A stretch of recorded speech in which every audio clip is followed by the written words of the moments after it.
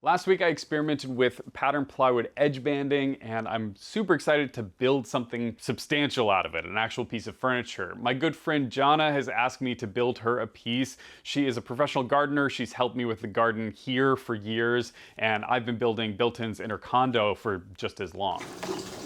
Say hi, Janna. Hi, Janna. So this is my wonderful desk. And this is the standing desk that I just adore, that Michael did. I live in 400 square feet, and that includes my closet. I still have lots of room. I love the window. I love my place.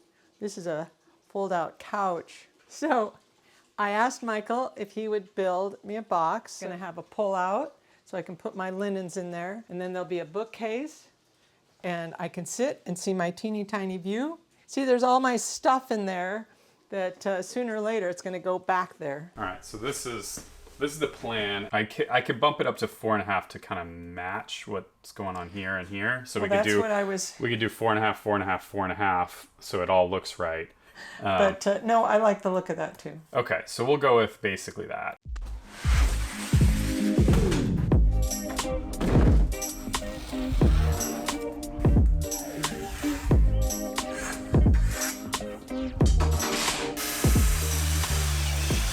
Once I had the design plan from Janna, I could start ripping down the sheets of plywood.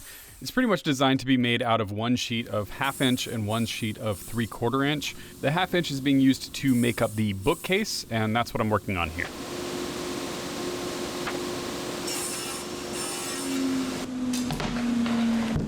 Since I designed this whole thing in SketchUp to get approval from Janna, it made it really easy for me to lay out all the dados, rabbets, and joinery that holds this thing together. I don't need these lines to be super accurate. Really, all I'm looking for is reference so that I don't accidentally cut a section wrong. It's really easy to do. Every single one of these panels is different, so I just check and double check before I head over to the router table.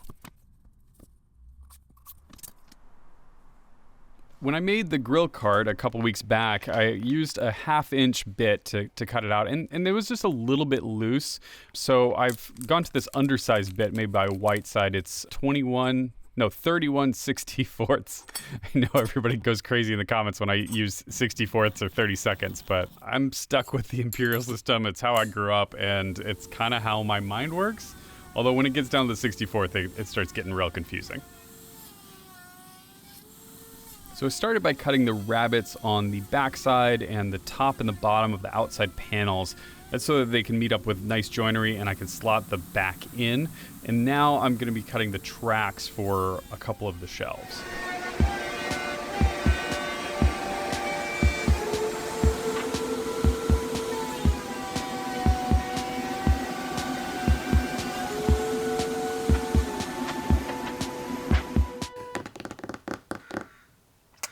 Well, I might have a little bit of a problem. I wasn't really thinking this through.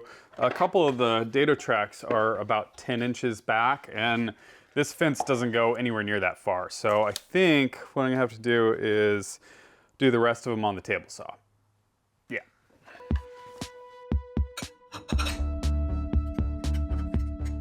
So using all the shims and pretty much every part in my dado pack to set it up at 31/64. And then I could grab my Rockler miter gauge and set up a stop fence so I can make repeated cuts.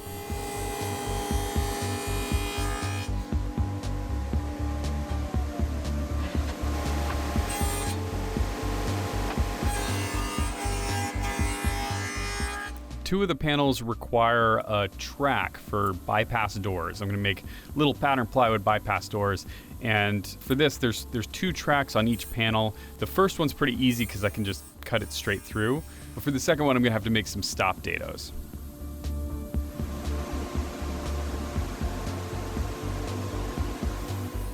I drew a line on the panel at the end of the cut that I want to make, and I lined that up with a line on my fence. You can see it's just a pencil mark. It'll wipe off later, but it's a great way to tell you when to stop so you don't cut all the way through into the next portion of the panel.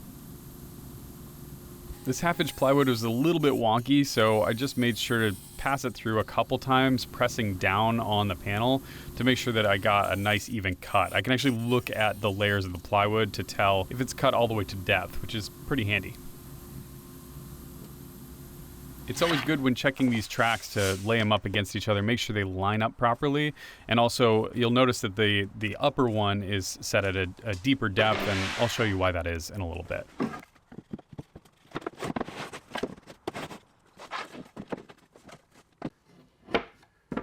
Everything seems to be fitting pretty well, and I left a couple of these pieces long because I wanted to cut them to fit.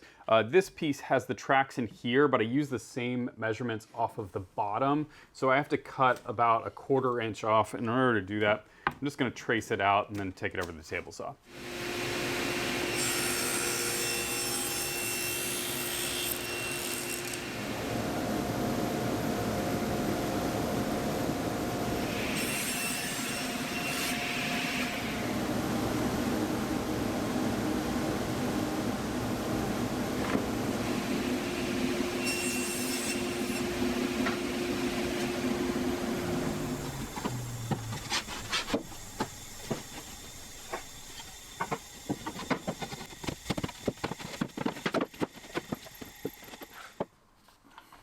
The cool thing about building this way is that it is a little bit more work on the front end, but everything squares up super nice and you get rewarded with the glue up because it's just super strong, easy to clamp. I like this building method a lot.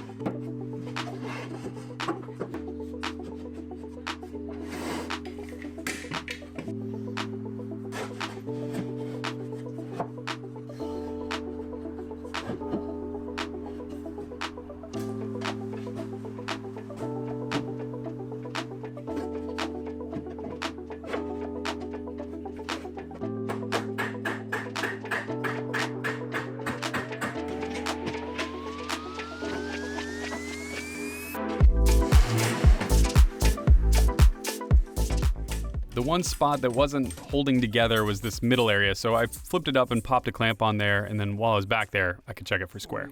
3.5 plus almost an 1/8. Okay, we're square.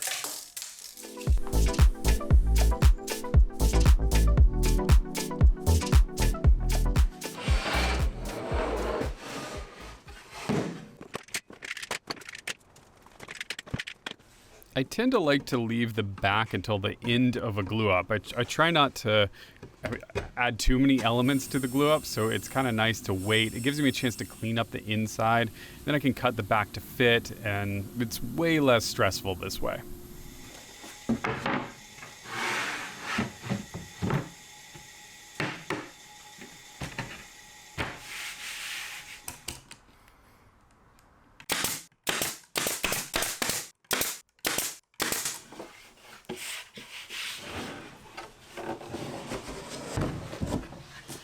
Here I'm checking for any blowouts, and fortunately I didn't get any. Well, as I mentioned at the top of the video, I've been experimenting with patterned plywood edge banding. If you want more details, go check out the video I put out last week. This is just a quick compilation of what it took to build the blank for it. It's the chevron pattern that I'm using here, and I'm going to take that edge banding and use it for this bookcase. So it's from the same blank. I'm actually going to use the blank multiple times throughout this build.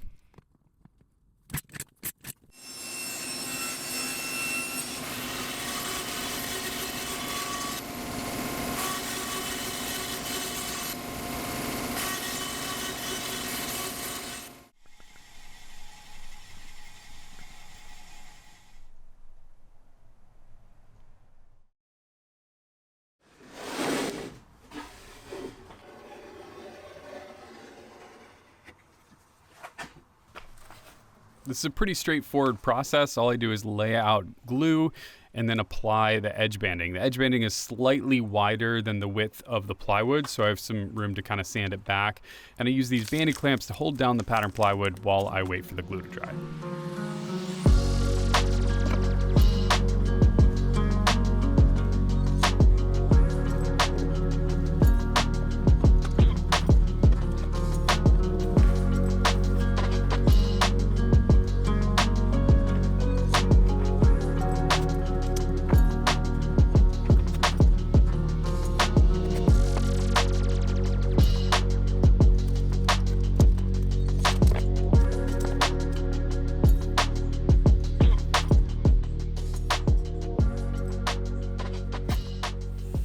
Cutting the edge banding to fit is not trivial, and honestly, I probably, in hindsight, would have set up a jig for a handsaw. I think it might work a little bit better, but I did use the table saw. After doing it a couple times, it turned out, once I added an extra piece of plywood behind it as like a zero clearance insert, I got a lot cleaner cuts.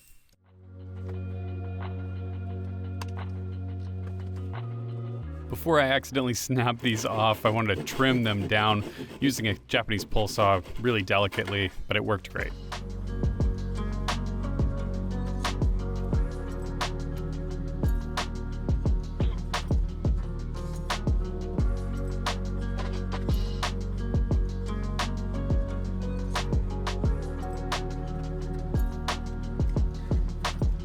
I tried using the bandy clamps over the tracks for the bypass doors, but it just didn't quite work, so I ended up going to blue tape. Blue tape is a great method. I just don't necessarily love using it because it's so wasteful, but there's just certain areas where I had to do it.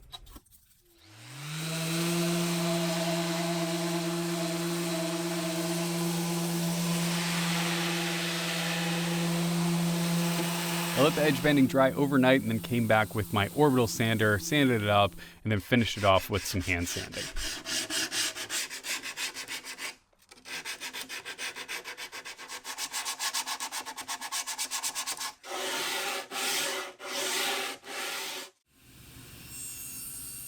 I still had a chunk of that pattern plywood left over from making all the edge banding, and I decided to use that for the bypass doors.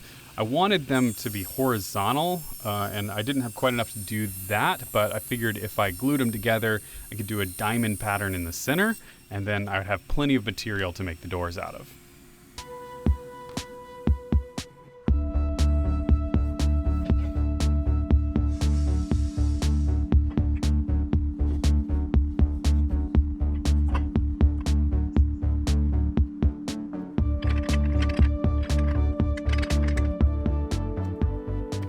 Out of the clamps, it wasn't perfectly flat. There was one side that was a little rocky. The other side was a bit flatter.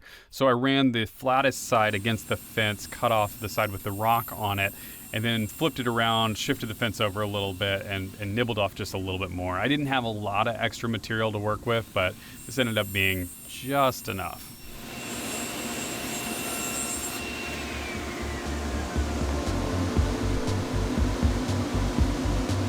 Off camera, I made a little template to dial in the thickness of material to make the bypass doors work properly, and so I just traced that out onto the big pattern plywood blank, brought it over to my bandsaw, and resawed it.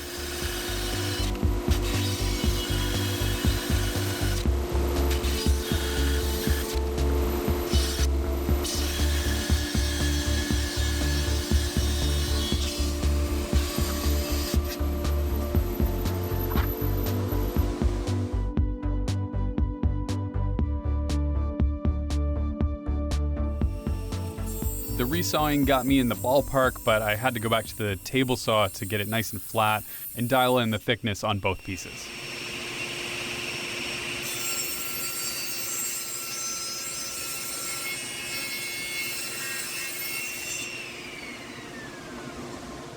The panels looked slightly unfinished to me, so I added some maple edge banding to the outsides, and then I started working on the handle design.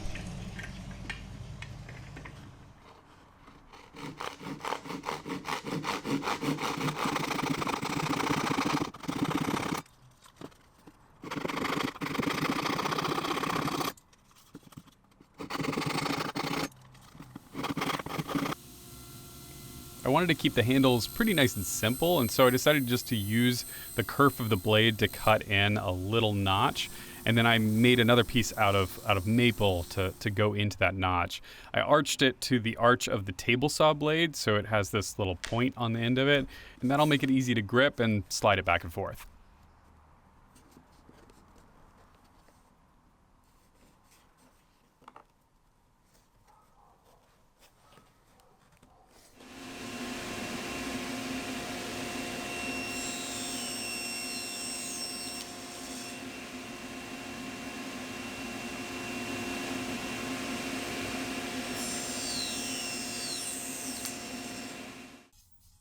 So now you can see how these doors insert. I made that upper track a little bit taller, and so they kind of lift up and in, and then their own gravity is what holds them into place.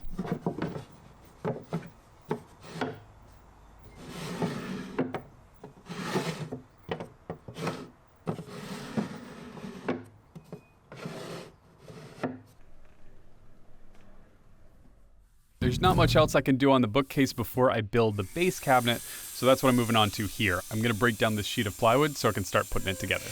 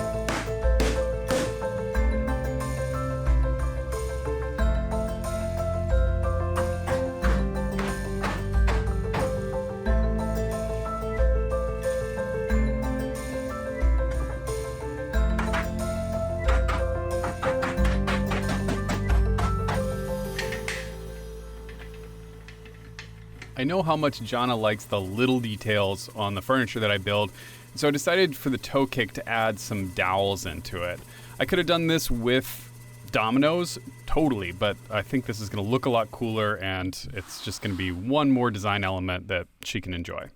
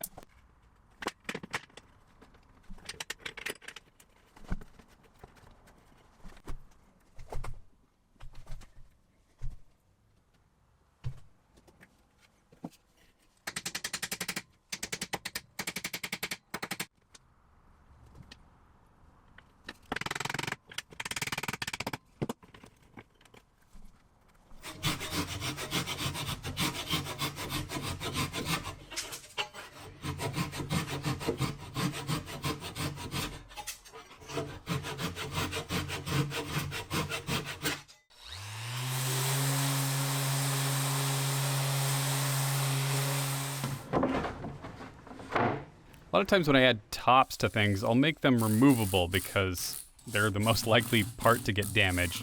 So that's what I did. I just screwed this in, and I think actually down the road it might look cool as a solid wood top. When I went to add the drawers in, I realized that I had a scrap piece that was exactly the same height as the toe kick. It's the end cut off of the toe kick. So I just used that to prop up the drawer hardware while I was installing it. And I should say that if you are curious about installing drawers, I'm not gonna go into in depth on how to do that in this video, but I do have a video that talks all about the main ways that I build drawers in the shop. And I think it's really helpful to people who have never built a drawer or who have been really intimidated to start building drawers, or even people who have made them before and could use a couple tips and tricks. So check out that video when you get a chance.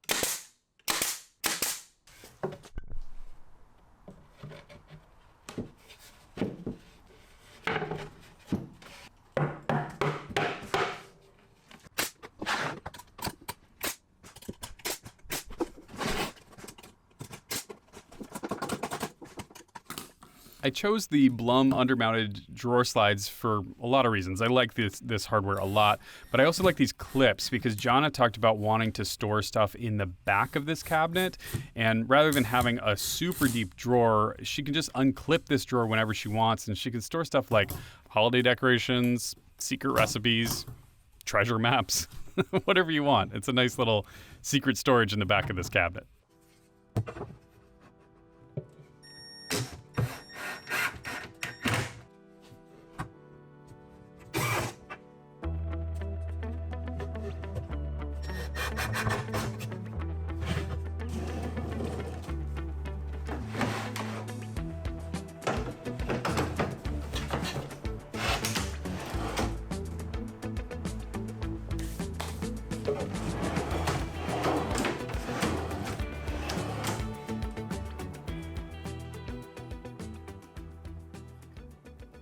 So my next step is to make the drawer fronts for the cabinet, and for that I'm going to be using the chevron pattern, Patterned Plywood, and I have one piece left from that sheet of plywood, and I think it's enough, but I'm not really sure. I get questions all the time about how much plywood yields how much patterned plywood.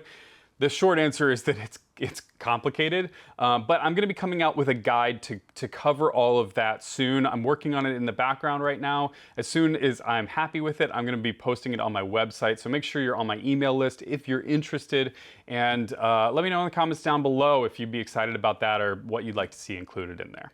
Basically, I've just laid out my panel here.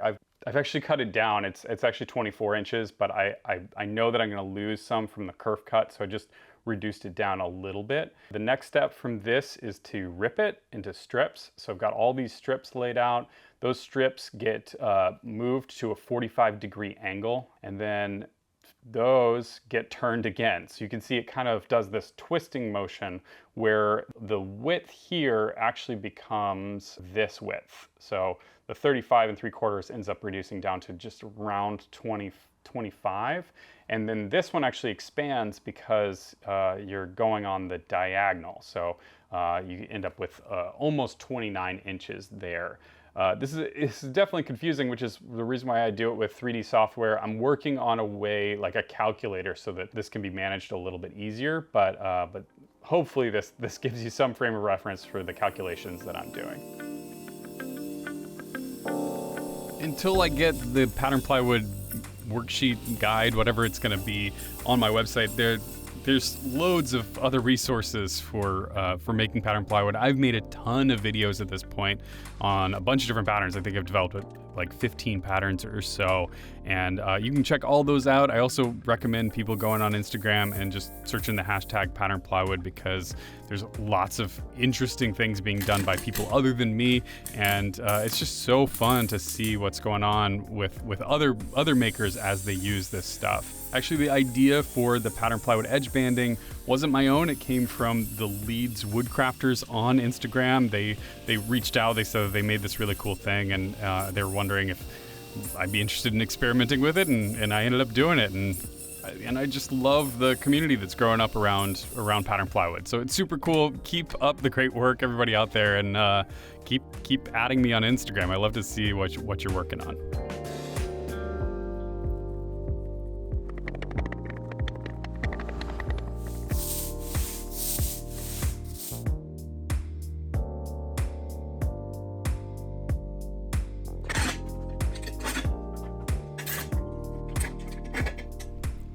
Halfway through this, I realized that this might actually be the biggest panel I've ever glued up of patterned plywood, and it turned out pretty well. I actually got really good squeeze out on it. I had quite a bit of sanding to do to get it flat, just because it's too wide for my drum sander.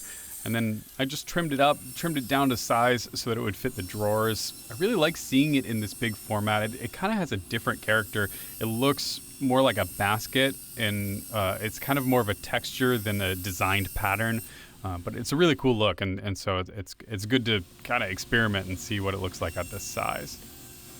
So Janna wanted exposed edge grain somewhere, and I decided to add that into the handle. These handles are relatively straightforward. The most complicated part is this little routed out groove for a finger hold. I like doing this. I just use the plate on my router table as a guide to kind of set it in and pull it back out, and that worked great. I was able to get a nice uniform pull underneath. I just had to clean it up with the chisel.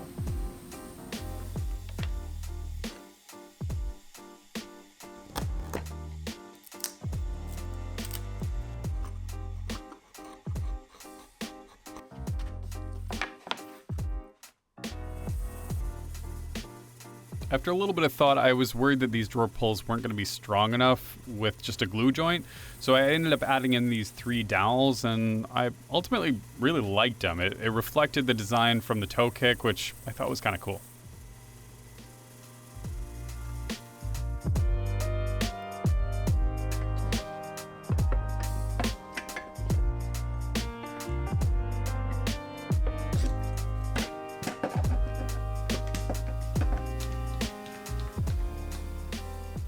Once again, to make my life easier, I broke this up into 2 separate glue ups. So I glued the handle on first, waited for it to set up and dry, and that way I knew I had the alignment. Then I could use the holes that I drilled before to drill in for the dowels and then hammer those into place.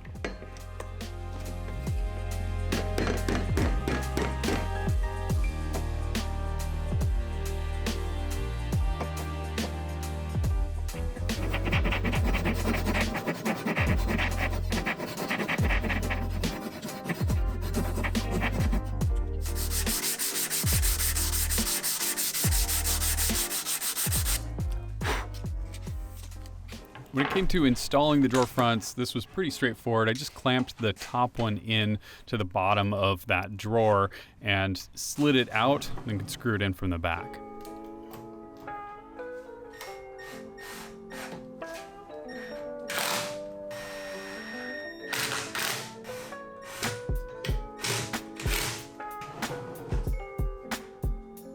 The second drawer was a little bit more complicated. I used some double stick carpet tape on the back, and I taped some handy shims at an 1/8 inch to the top of the handle so that I had my spacing. Then I pressed it into place to get the tape to adhere. Once that did, I slid it out and then clamped it in from the bottom, screwed it in from the back again.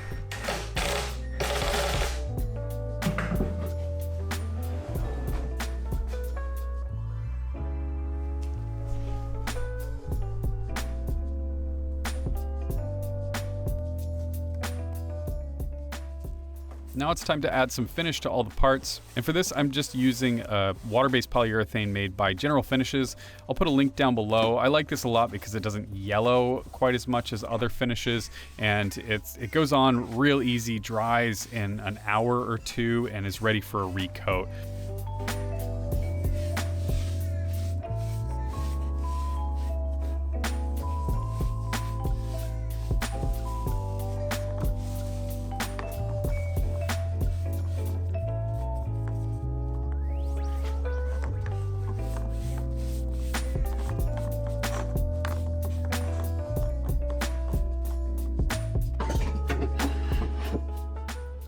One of the things that I honestly just forgot about until the day that I was supposed to install this was that I needed a hole for an outlet in there. And usually I would do this on a drill press while I was making the furniture, but I just totally forgot. So instead I took these armor clamps and clamped down a piece of plywood to make sure that the grain doesn't explode on the inside, and then used a 1.25 Forstner bit to drill out the hole for the plug.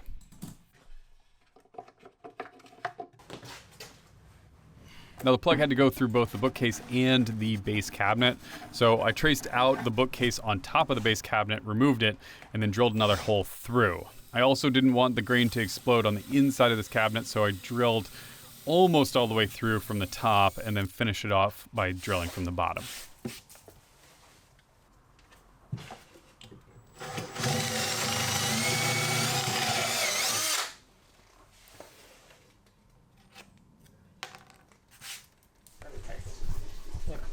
I mean, I want my mill base. I want to say The Pac-Man seat. the Pac-Man seat. We love the Pac-Man seat. Oh, this. Make sure you don't get trapped in there. Yeah. Okay, are you good? Yeah, I think so. Okay. Thanks, Janna. You're welcome.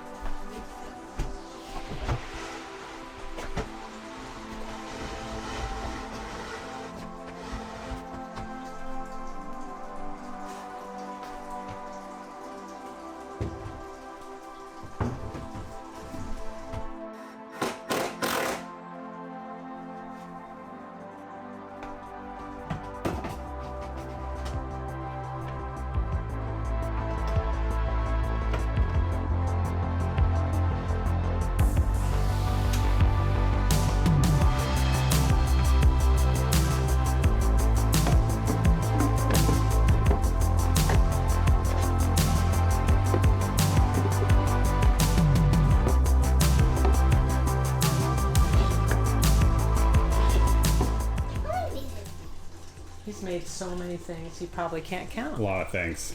A lot So of many things. And he just finished this. Okay, you can now have that melon.